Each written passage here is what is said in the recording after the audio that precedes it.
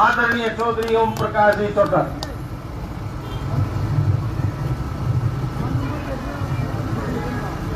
उलाना गांव के सम्मानित बुजुर्गों, घरों में बैठी हुई मेरी माता और बहनों, नौजवान दोस्तों और इस कृषि प्रधान देश के उज्जवल भविष्य की बच्चों, काफी लंबे समय के बाद आपके बीच में आने का मुझे अवसर मिला।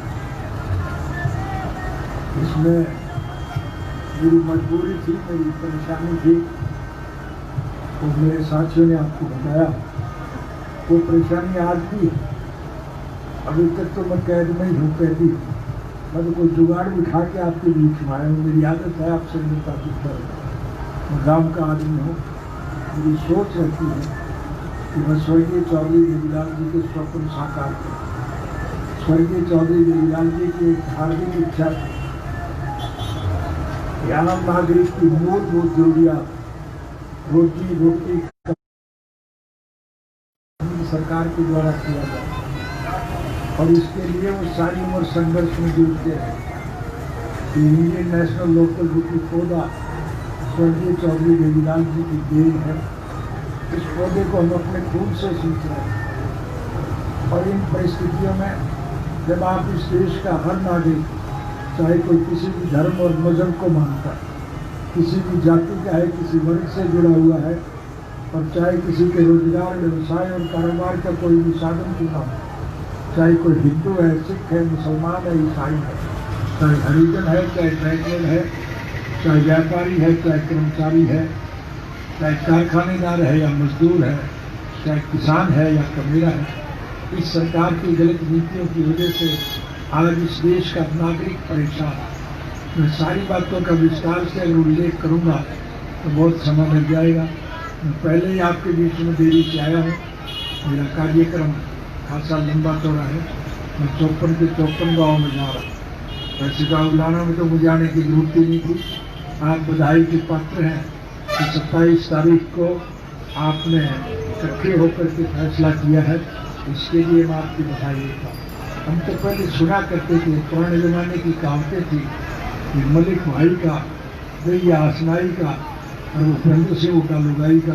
ये आपने प्रत्यक्ष में साबित किया। ये प्रत्यक्ष में आपने 27 को फैसला करके प्रमाणित कर दिया। अब तो मैं आपसे निवेदन करूँगा कि आप 54 के 54 गाँव में जाओ, एक एक व्यक्ति को समझाओ, बुझाओ, उसको साथ लेकर के इस चुनाव को जीतने का काम करो। ये चुनाव एक निर्णायक चुनाव है, ये कोई मामूली चुनाव नहीं। जितने उम्मीदवार इस चुनाव मैदान में उतरे हुए हैं, उन सब में अगर आपकी पार्टी का, इंडियन नेशनल लोकल पार्टी का प्रत्याशी जोगेंद्र मलिक, अगर आपको 21 दिखाई दे तो आप इसकी मदद करें, और अगर ये 19 दिखाई दे तो मैं खुल के आपको कह रहा हूँ फिर इसको वोट मत दें। हमने पिछली दफ़ा इसे उम्मीदवार बनाया, लोगों की किसी वजह से कोई नाराजगी रही, ये चुनाव जीत नहीं पाया, लेकिन चुनाव हारने के बाद भी ये निरंतर आपसे जुड़ा रहा या जुड़ा नहीं रहा। ये आपके दुख सुख में भागीदारी करता रहा कि नहीं करता, आपके अधिकारों के लिए लड़ता रहा कि नहीं लड़ता। ये संघर्षशील और जुझारू किस्म का आदमी है। ये चौधरी देवीलाल जी की नीतियों के प्रति समर्पित है, इसलिए हमने दोबारा फिर आपके पास भेजा। इसको अगर आप भारी मतों से जिता करके भेजोगे तो फिर निश्चित रूप से हरियाणा विधानसभा भंग होगी। तो आप सवाल करोगे कि भंग कैसे होगी, ये अकेला जीत के क्या करेगा। मेरे कहने की आवश्यकता नहीं। आज हर आदमी की ज़बान पे एक बात, विरोधी भी इस बात को मान के कहते हैं कि इन सारी पार्टियों में इंडियन नेशनल लोकल पार्टी की सरकार सबसे अच्छी सरकार है।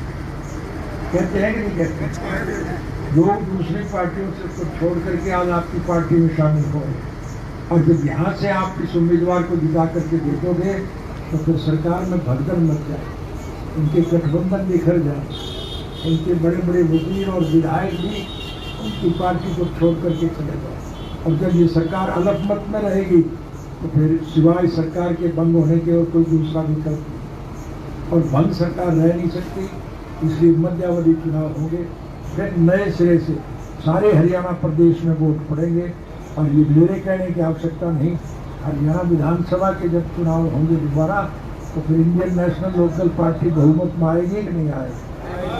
और जब बहुमत में इंडियन नेशनल लोकल पार्टी की सरकार आएगी, आपकी जब सरकार बनेगी, तो अतीत में अगर हमने अच्छे काम किए हैं तो भविष्य में और ज़्यादा अच्छे काम।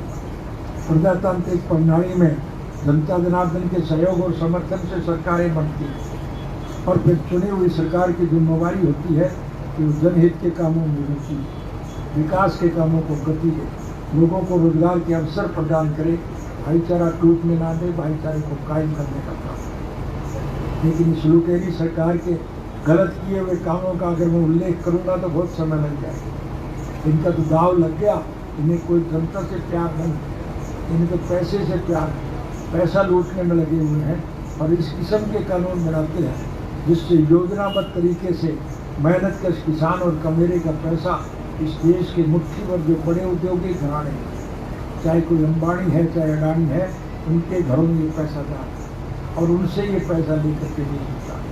दूर की बात को छोड़िए, प्रत्यक्ष में आपके सामने इस कोरोना की वजह से इस देश का हर नागरिक परेशान है कि नहीं? हमारी सभ्यता और संस्कृति में हम सामाजिक तौर पर इस सोच के नहीं हैं, हम चाहते हैं कि गरीब की मदद की जाए, हम भूखे रह करके भी गरीब की मदद करें। इसलिए इन मुसीबत के दिनों में हर वर्ग के लोग इनकी मदद करते हैं, चाहे गुरुद्वारे हों, मंदिर हो, मस्जिद हो, सार्वजनिक संस्थाओं की तरफ से और व्यक्तिगत तौर पर भी लोग मदद करते हैं। लेकिन लोगों की तरफ से जो मदद दी जाती है वो सरकार उनकी कह के नहीं बांट रही, सरकार अपनी सरकार की कह के बांट रही है और उसकी एवज में सरकार के खजाने से पैसा लूट के जेब में डालती है। और इसी वजह से आज हरियाणा सरकार के सर के ऊपर 2 लाख करोड़ से भी ज़्यादा का कर्जा है। कहाँ से आता है पैसा? सारा इतनी टैक्स लगाते हैं, फिर ये पैसा कहाँ जाता है? ये पैसा लुटेरे लूट के खा रहे। इसलिए इन लुटेरों को सबक सिखाने के लिए आपके पास एक तरीका है। इस जनतांत्रिक परिभाषा को मजबूत करो।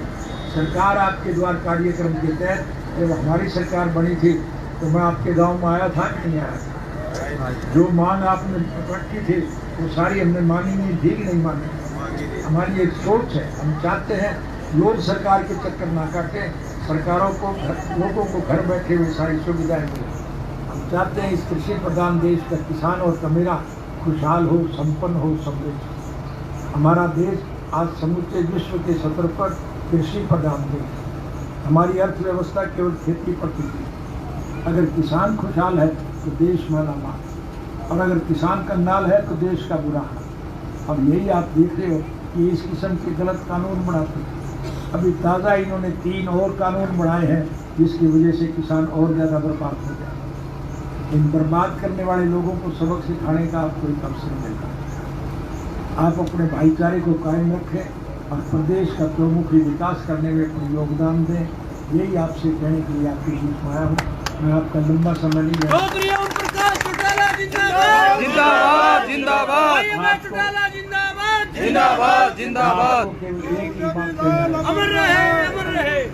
आपसे एक ही निवेदन करने आया हूँ, राज बनाना तो थारा काम है।